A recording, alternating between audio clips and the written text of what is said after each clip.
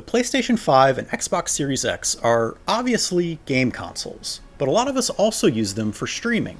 While it isn't quite as important, it turns out that a console's potential as a streaming video platform really does matter. While this is an area where you might expect the two consoles to be identical, that just simply isn't the case. At launch, one of the platforms offers much more streaming video content than the other. We're going to go through the key differences between the platforms, including their streaming lineup apps, differences in presentation, and even a few differences within the apps themselves.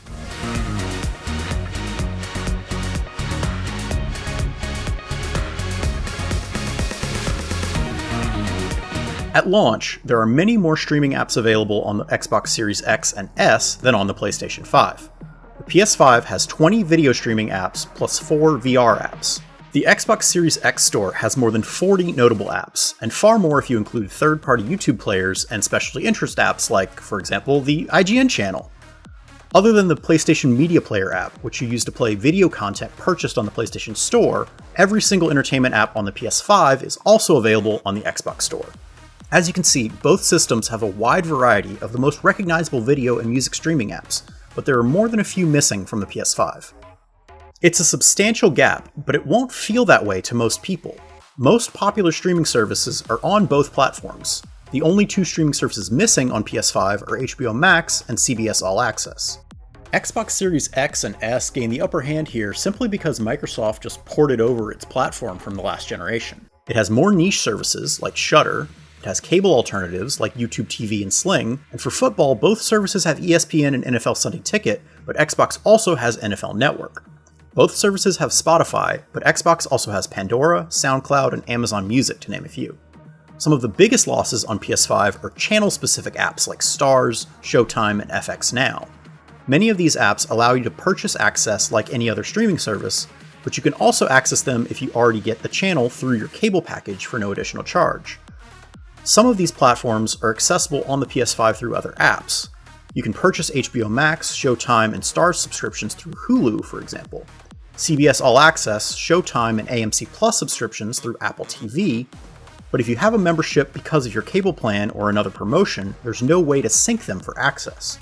Even in the best case scenario, where this is a viable alternative for every service you want, you will need to thoughtfully bundle your streaming services around what you can and cannot access on PS5.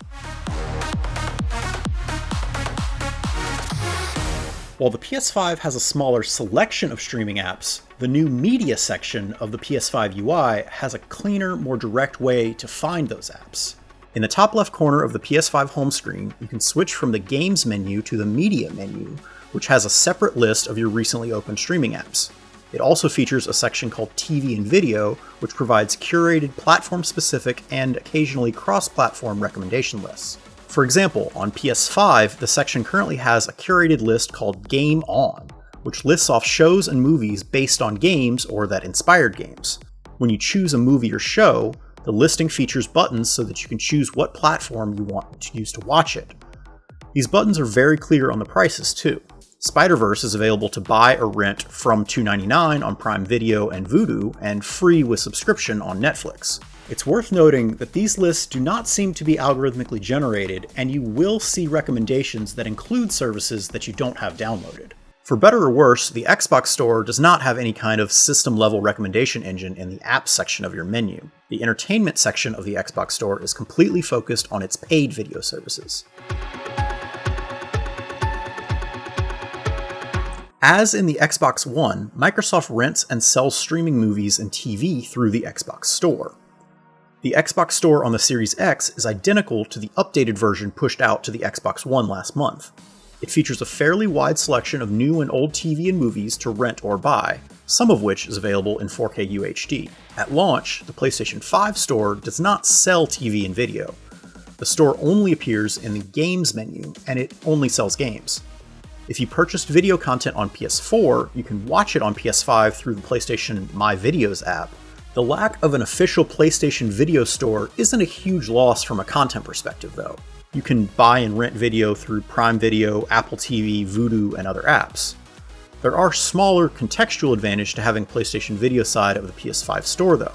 On the Xbox Store, Xbox Live Gold members occasionally receive discounts, for example. On PS4, PS Plus members could receive the same benefits, but obviously that isn't possible on PS5, or at least it hasn't been implemented just yet. In general, the apps that appear on both platforms are virtually identical. Not only do they offer the same content, but they feature the same UI and, when you're signed into the same account, offer the same recommendations. Any content that's available to stream in 4K or HDR on these services is available in both places. That said, there are a few small differences that are worth taking into account. Many apps on the Xbox Series X, including Netflix and Disney+, allow you to sign in by syncing with the corresponding app on your phone. The PlayStation 5 apps, on the other hand, don't offer these quicker sign-in methods. In those cases, you have to type in your email and password using the digital keyboard. The PS5 version of YouTube offers quick access to voice search by holding L2, presumably because the DualSense microphone means it's always an option. The Xbox app, on the other hand, also has voice search, but it's only accessible from the search menu. There may be other small nuances between the two apps, and more may be added over time. For now, it seems that most services have achieved parity between the two platforms. In general, the version of the app that's in front of you is the best one there is. Given the greater number of apps, the Xbox Series X offers the best access to streaming entertainment, including movies, TV, and music. If your next-gen console is going to be the center of your home streaming setup, it may be worth going through the services that you subscribe to and use regularly to ensure that you'll have access to everything on your new console. And that's especially true if you're picking up a PS5.